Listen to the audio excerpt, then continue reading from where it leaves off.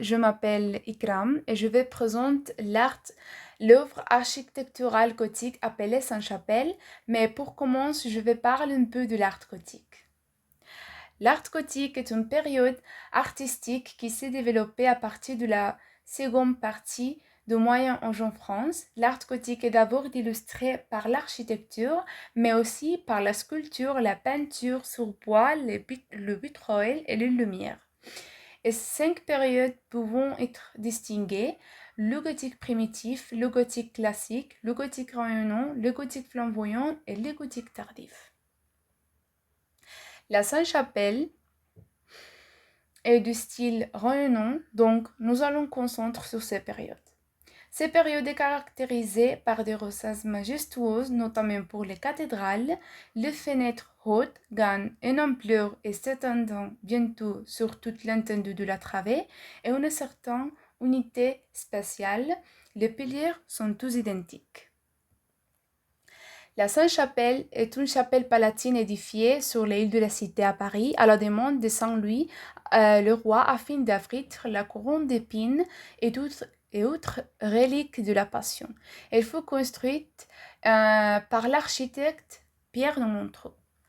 Alors, je vais commencer par l'extérieur de la chapelle. L'une des caractéristiques les plus remarquables du bâtiment est sa haute et le contrefort qui sont très verticaux. Mais la chose la plus importante à commenter est la façade occidentale qui s'organise sur 4 niveaux. Et note, il y a un petit rosace composé de 5 tréflets. Et en dessous se trouve la grande rosace beaucoup plus élaborée, la porche supérieure qui, le tympan est décoré du jugement dernier. Enfin, le porche inférieur dont le tympan est orné du couronnement de la Vierge, le meneau est orné d'une sculpture de la Vierge à l'enfant. Le bâtiment est composé de 2 chapelles superposées, la chapelle basse, réservée aux familières du palais, et soubassement à la chapelle haute, réservée à la famille royale. La chapelle basse puis supporte les poids de la chapelle haute. La chapelle ressemble à une crypte et elle est composée d'une nef centrale de 20 mètres.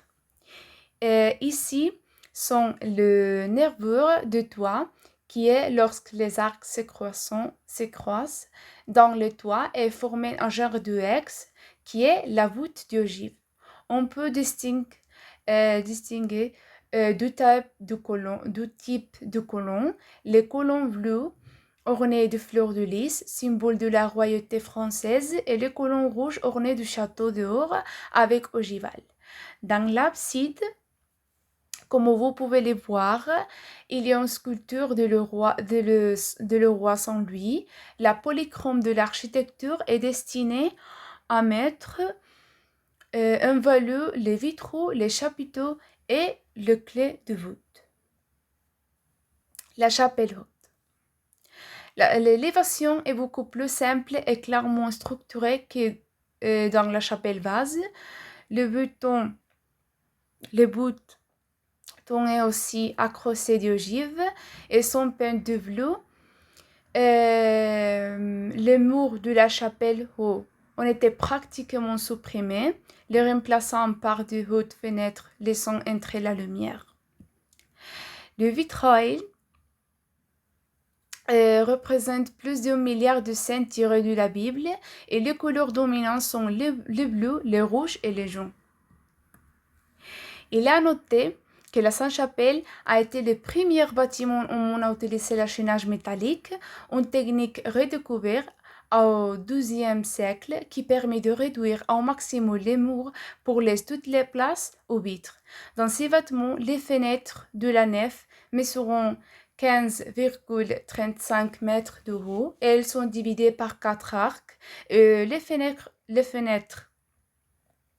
l'abside, et les fenêtres de l'abside mesurent 13,45 mètres. Et au milieu de l'abside s'élève la tribune de reliques qui avait été entièrement démontée à la Révolution, mais le reste ont été récupérés par Douban et Lassou et installés de nouveau à leur emplacement authentique.